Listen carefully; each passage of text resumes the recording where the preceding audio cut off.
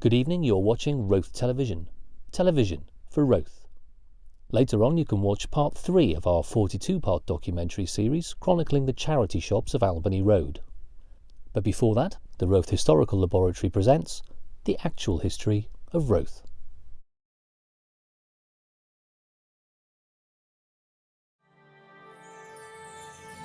Roath, fabled land of marsh and forest, mist and drizzle. Roath, mysterious, dangerous and exotic, the spark to the torch of enlightenment. Its unrivaled cultural influence a half-remembered dream, yet Roath's journey on the stage of world history has captivated generations. This film is the story of that history, the history of that story, the story of Roath in history. When the Roman Emperor Claudius gathered his legions in Gaul, ready to unleash them upon the shores of Britain, it was not for booty, nor slaves, nor tribute, though all were welcome. No, his goal was no less than to conquer the semi-mythical garden paradise of Roath, first mapped by the great Ptolemy of Alexandria in his Geographia, Ancient Roath. Following a few moments' stubborn resistance, the warlike indigenous tribesfolk succumbed, and their ancestral lands renamed to the Latin Ratus Stabius, in honor of the giant wooden rat so instrumental in their downfall.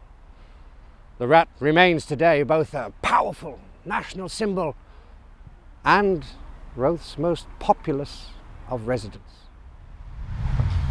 When in the 6th century the Dark Ages descended upon Western Europe, a Western Europe purged of the power of Rome, Roath too was lost in a veil of secrecy, hidden from the pages of history for over 400 years.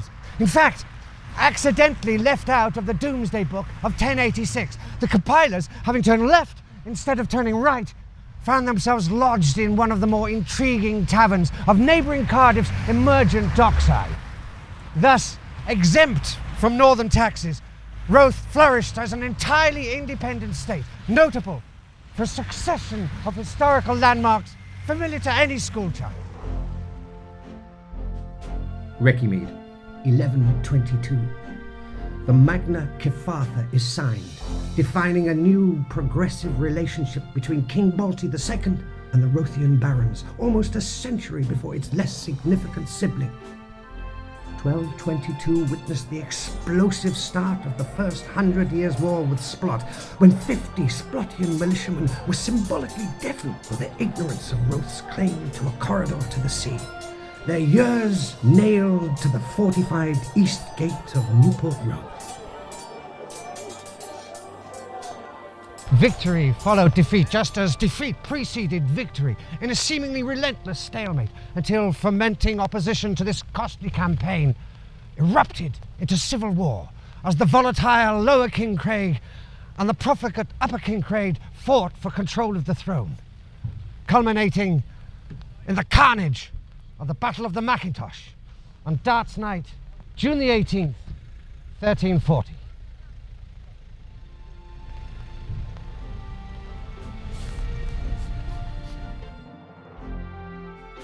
In 1380, the second 100 Years' War with Splot began with the discovery in the no-man's land of Adamsdown of great reserves of gold, silver, emeralds, sapphires, and tin. Hostilities formally ended with the Treaty of Newport Road in 1482, with no result declared, and the establishment of a Rothian police station on Clifton Street as a permanent garrison to watch over the demilitarized zone.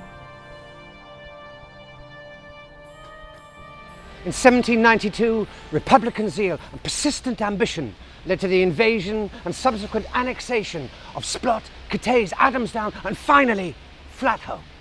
The empire upon which the sun never shone was born, heralding almost a century of peace, prosperity, and cultural renaissance, based upon the thriving industries of half-and-half manufacturing, estate agency, and charity shops.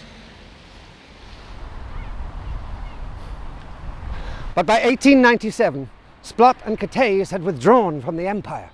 Society became apathetic, civic spirit dwindled, and so began a slow decline, which inexorably led to Roath's incorporation into the United Kingdom in 1938, just in time for the Second World War.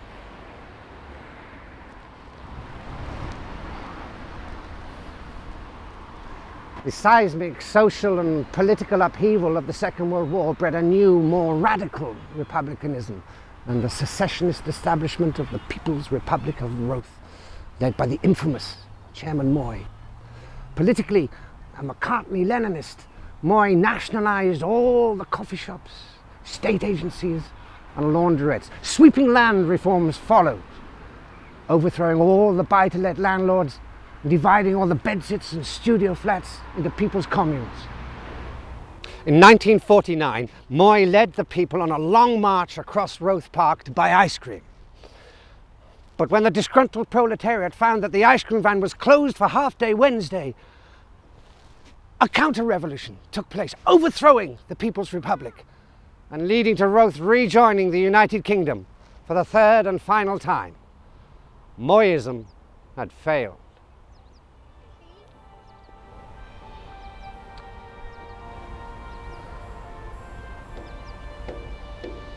The sheer scale and roller coaster drama of Roathian history can leave one breathless.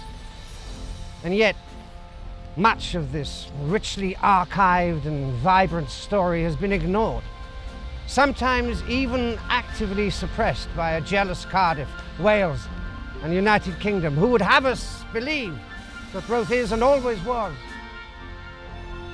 just another suburb.